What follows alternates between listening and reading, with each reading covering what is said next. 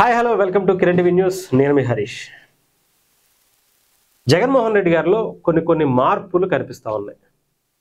అదేంటో ఒకసారి మీకు చూపించి మాట్లాడతాను. ఇది జగన్మోహన్ రెడ్డి గారు నిన్న తాడేపల్లి ప్యాలెస్లో, ఏదైతే బెంగళూరు ప్యాలెస్ నుంచి తాడేపల్లి ప్యాలెస్కి ఆయన మంత్ ఎండింగ్ పాలిటిక్స్, ఎందుకంటే ఇది నెలాఖరు కాబట్టి మంత్ ఎండింగ్ పాలిటిక్స్ చేయడానికి కోసం ఆయన తాడేపల్లి ప్యాలెస్కి చేరుకోవడం జరిగింది. దాంట్లో ఒక ప్రెస్ మీట్ కూడా ఆయనకి సంబంధించినటువంటి మీడియా ప్రతినిధులు, అంటే నేను ఎందుకంటానంటే మీ అందరికీ అర్థం అవుతుంది, ఆయనకి సంబంధించి ఆయన పార్టీకి సంబంధించి అనుకూలంగా ఉండేటువంటి మీడియా ప్రతినిధులు కూర్చోబెట్టుకుని దాన్ని ప్రెస్ మీట్ అని ఆయన అనుకుంటారు, దాన్నే ప్రెస్ మీట్గా పెట్టి మాట్లాడుతూ ఉంటారు. సో అక్కడ వచ్చినటువంటి సందర్భంలో వచ్చినటువంటి ఫోటో అనమాట.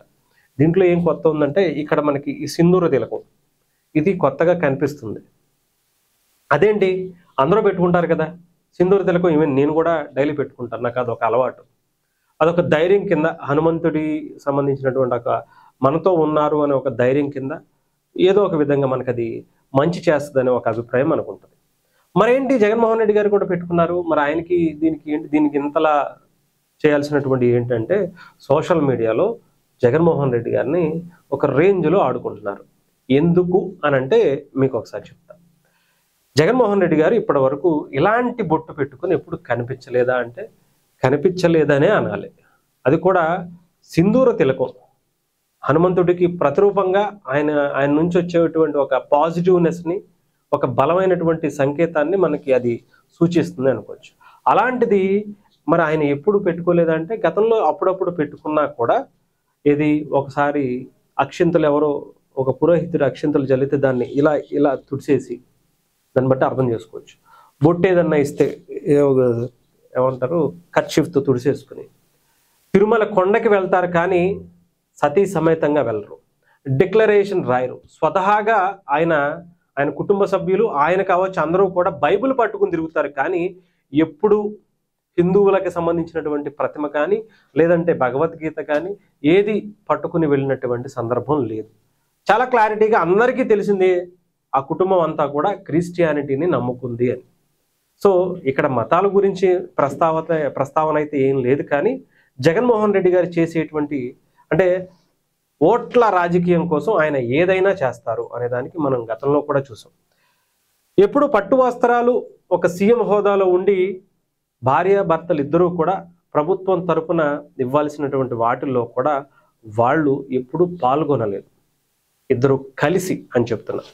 ఇకపోతే ఏదైనా పండగలు వచ్చినా, ఉగాది సందర్భంగా రాష్ట్ర ప్రభుత్వంతో అధికారిక లాంఛనాలతో జరిగేటువంటి కార్యక్రమాలు కూడా ఆయన తన కాళ్ళ కింద సెట్టు వేపించుకుని మరీ దేవుళ్లను అవమానపరిచేటువంటి విధంగా ఆయన ఇంట్లోనే సెట్లు వేయించుకుని పంచాంగాలు చదవటం, లేదంటే పూజలు చేయటం, లేదంటే ఇంకా ఏ కార్యక్రమం అయినా సరే దేవుడికి సంబంధించింది ఆయన ముఖ్యంగా హిందూ దేవుళ్ళని అనేక సార్లు అవమానించేటువంటి విధంగానే ఆయన తీరు కానీ ఆయన ప్రభుత్వ తీరు కానీ కొనసాగుతూ వచ్చింది. గత ఆయన 5 ఏళ్లుగా పరిపాలించినటువంటి ఆంధ్రప్రదేశ్లో దానికి ఆనవాళ్లు అనేకమనే ఉన్నాయి కూడా. ఎందుకంటే ఒక రాముడి శిరస్సు ఖండించినటువంటి దాంట్లో కూడా ఆయన చాలా పోతే పోయింది అనుకున్నటువంటి సందర్భం కూడా ఆయన మంత్రులు, ఆయన చేసినటువంటి వ్యాఖ్యలు.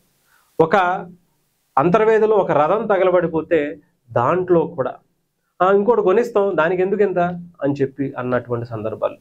ఒక హనుమంతుడి విగ్రహానికి చెయ్యి విరిగిపోతే నరికేస్తారు, ఇప్పుడు ఏమైంది, హనుమంతుడికి ఏమన్నా అవుతుందా, కట్టేస్తాం ఇంకోటి అనుకున్నటువంటి సందర్భాలు.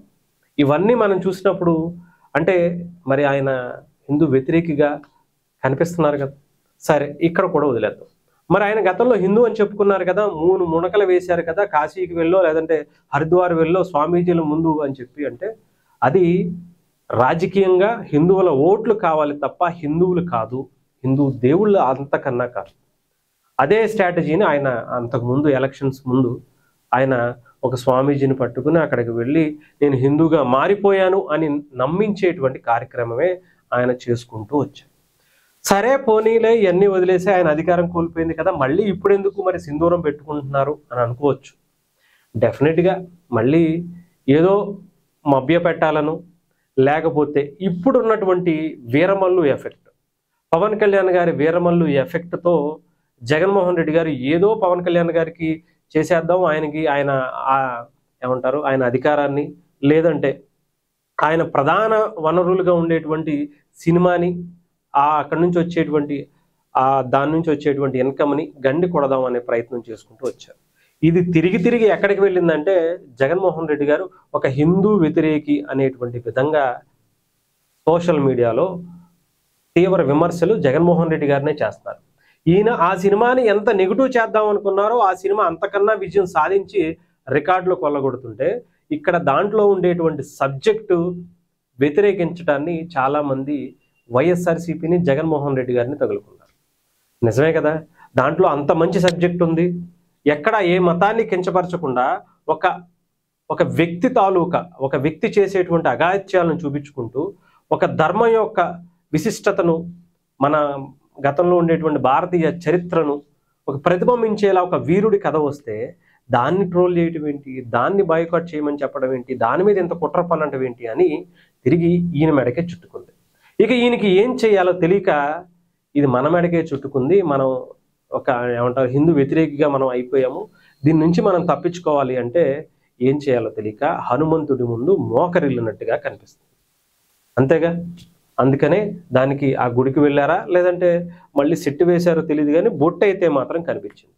అయ్యా హనుమంతుడా, దయచేసి నన్ను ఈ గడ్డ నుంచి గట్టెక్కయ్యా అని మరి మోకరిల్లి ఆయన కాళ్ళని పట్టుకుని మొక్కుకున్నారా ఏమో, అదైతే చేయకపోవచ్చు నాకు తెలిసి. కానీ ఏదో ఒక మళ్ళీ ఇంకో కొత్త ఆలోచనో లేదా కొత్త డ్రామానో తెరకెక్కిచ్చేటువంటి విధంగా ఈయన ఈ బొట్టు పెట్టుకుని బయటకు వచ్చినట్టుగా అనిపిస్తుంది. సో ఏదేమైనా మరి జగన్మోహన్ రెడ్డి గారిలో ఈ మార్పు ఏ రకమైనటువంటి దారి తీస్తుంది, ఎలాంటి రాజకీయాలకు ఈ బొట్టుని ఉపయోగించుకోబోతున్నారు, లేదా బీజేపీ పెద్దలని ప్రసన్నం చేసుకునేటువంటి పనిలో ఏమన్నా ఉన్నారా అంటే అది కూడా అయి ఉండొచ్చు. ఎందుకంటే ఈడీ కేసులు, ఇప్పటికే మద్యం కేసుల్లో తమ్ముడిని లోపలేశారు. రేపు ఇప్పుడు జగన్మోహన్ రెడ్డి గారి ఇంటి వైపు, ఆయన డెన్నుల వైపు ఇప్పటికే కొన్ని వందల కోట్ల రూపాయలు హైదరాబాద్కి సంబంధించినటువంటి ఆయనకి సంబంధించిన ఫ్లాట్లలో వాటిల్లో డబ్బులు తీసి బయట పెట్టి లెక్కలతో సహా చూపిస్తున్నారు. ఇవన్నీ తిరిగి మళ్ళీ ఆయన వైపు వస్తుందా, లేదంటే ఈయన ఏమన్నా మళ్ళీ బీజేపీలో జాయిన్ అవడానికి ఏమన్నా ప్లాన్లు వేస్తున్నారా? ఈ అన్ని కేసుల నుంచి తప్పించుకోవడానికి బీజేపీని, మోదీ గారిని ప్రసన్నం చేసుకోవడం కోసం మళ్ళీ హిందూ అనే ఒక బొట్టు పెట్టుకుని హనుమంతుడి భక్తుడిని అని చెప్పుకునేటువంటి ప్రయత్నం ఏమన్నా చేసేటువంటి డ్రామా ఏమన్నా క్రియేట్ చేస్తున్నారా అనేది అయితే తెలియాల్సి ఉంది. సో ఏదేమైనా కానీ జగన్మోహన్ రెడ్డి గారు ఎంత ఆస్కార్ లెవెల్లో ఉన్నటువంటి నటులకైనా సరే అంతకన్నా మించినటువంటి నటుడిగా ఆయన మనకి కనిపించేటువంటి సందర్భాలు అప్పుడప్పుడు ఇలాంటి సందర్భాల్లో కనిపిస్తూ ఉంటాయి.